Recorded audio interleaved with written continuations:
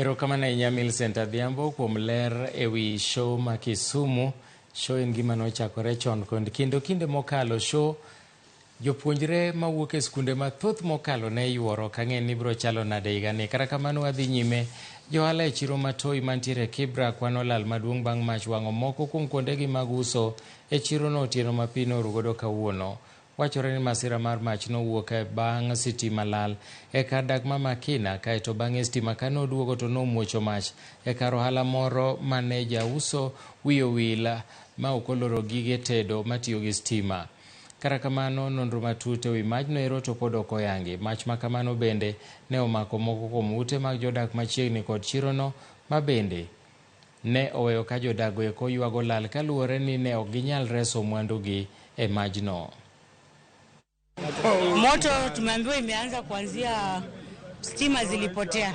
Sasa vile stima zimerudi na moto ikalipuka, ikashika mawaya zikachomeka. Kwa jirani nimeathirika vibaya sana. Kila kitu yangu kwa hoteli pale imechomeka, niko na hoteli. Kila kitu imechomeka. Hao wote ni waathiriwa kwa sababu wote hapo ndo mali wanakula. Nakadiria hasara kama around 500 to 600,000 kwa sababu vitu zimechomeka, chakula, viti, mavyombo, kila kitu. Hakuna kitu tumeweza kuokoa, nyumba yote, fridge, yani kila kitu imechomekewa. Hapo sasa mimi kukimbia kwa nyumba yangu kukutana moto kwa mlango. Hata mama watoto alikuwa ndani akipika chakula. Pia naye ngamkulia naye kwa mlango. Hakuna kitu limeshikwa kwa hiyo nyumba. Hivi ninavaa nguo zangu hivi ndio niko hivyo.